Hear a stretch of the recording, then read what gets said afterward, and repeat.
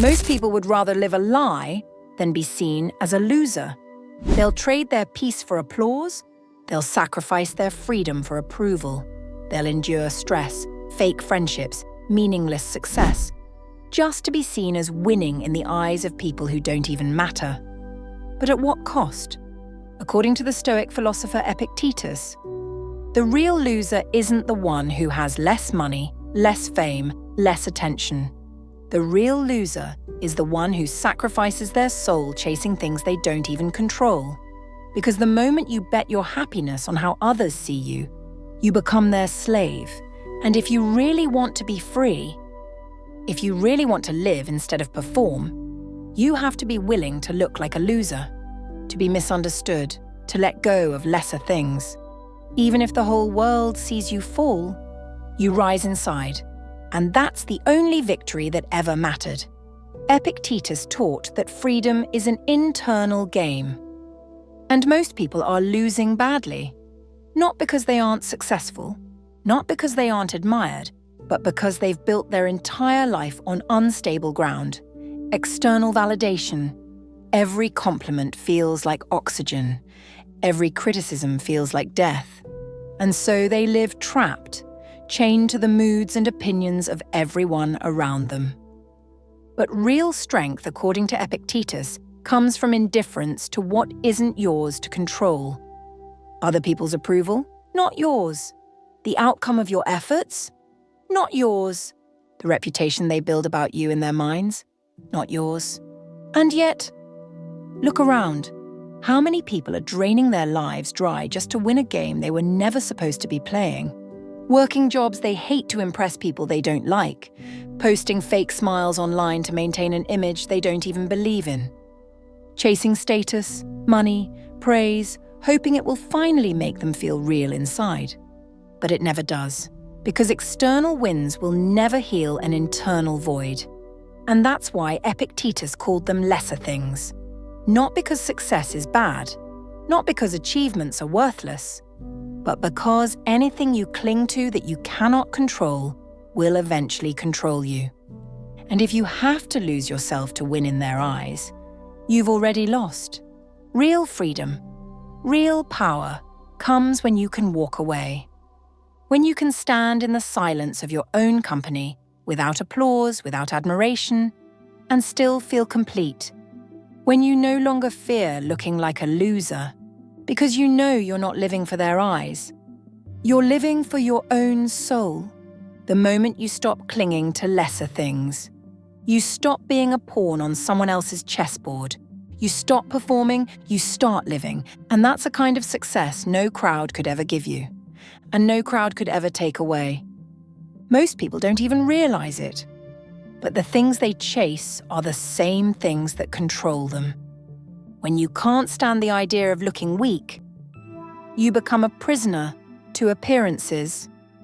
When you can't bear losing money, fame, status, you become a prisoner to fear. And when you live to avoid being called a loser, you hand your life over to people who don't even know you, and probably never will. Epictetus said something powerful. Freedom is the only worthy goal in life. Not freedom from work, not freedom from struggle, but freedom from needing anything you don't control. And here's the quiet truth he pointed toward. You don't need to win their game. You need to walk away from it. It's not about rejecting success. It's about not depending on it for your peace. It's not about hating admiration. It's about not needing it to feel worthy. You can build, you can win. But if you can stand in the ruins of it all tomorrow, without bitterness, without fear, and still know who you are inside. That's strength. Real strength is calm. It doesn't scream for validation. It doesn't flinch when people misunderstand. It doesn't crumble when life takes unexpected turns. It stands still, rooted in something deeper than the world's approval. You are not here to live a life shaped by other people's opinions. You are here to live a life shaped by truth, even if that means they laugh, even if that means they look away, even if that means you walk alone for a while, because better to lose the world than lose yourself. And strangely, when you let go of needing to be seen as anything, you start to see yourself clearly for the first time. Quiet, strong, alive. And that's a kind of success the world can't understand and can't take away. Sometimes the greatest victory doesn't look like winning. It looks like walking away from things everyone else is still chasing. It looks like letting them laugh, letting them doubt you, letting them misunderstand you, and not needing to explain. It looks like trusting yourself so deeply that you don't need the world's permission to be at peace. That's what Epictetus meant when he spoke of freedom. Not freedom from struggle, but freedom from attachment. Freedom from needing their applause. Freedom from needing their validation. Freedom from needing anything outside of yourself to know that you are enough. And yes, sometimes that means being seen as a loser. Sometimes it means being invisible in a world obsessed with being seen. Sometimes it means letting go of battles that aren't yours to fight anymore. But if that's the price of peace, it's a small price to pay, because the truth is, you were never here to win their game. You were here to wake up, to remember who you are without the noise, to live without fear, to move without needing permission. And the moment you are willing to lose what doesn't matter, you finally win what does, yourself. Freedom isn't just about letting go of fear. It's also about letting go of expectations. Expectations about what you should want, what you should chase, who you should become. The world has its own list. Be successful, be admired, be wealthy, be known. And there's nothing wrong with those things. There's nothing wrong with wanting them, if they are truly your path. But the truth most people don't realize is, you don't have to want what everyone else wants. And real freedom means being okay with that. It means not needing to explain why you're not chasing the same goals. It means not feeling inferior because your heart pulls you in a different direction. It means trusting yourself enough to walk a path that might look strange to everyone else, but feels true to you. Maybe you don't want the biggest house. Maybe you don't want fame or 1,000 followers. Maybe you don't want a life that looks impressive from the outside but feels empty inside. And that's okay. It's more than okay. It's a sign that you're listening to something deeper than the noise. Because in the end, freedom isn't about how big your life looks. It's about how real your life feels. It's about waking up in the morning without the weight of pretending. It's about moving through life without the chains of constant comparison. It's about building a life that fits your soul, not just your image. And sometimes, that means wanting less. That means wanting quieter things, simpler things, truer things. And that's a kind of wealth the world can't measure. Because when you live true to yourself, you don't need their trophies. You don't need their approval. You already have what most people spend their whole lives chasing: peace. And no one can give it to you.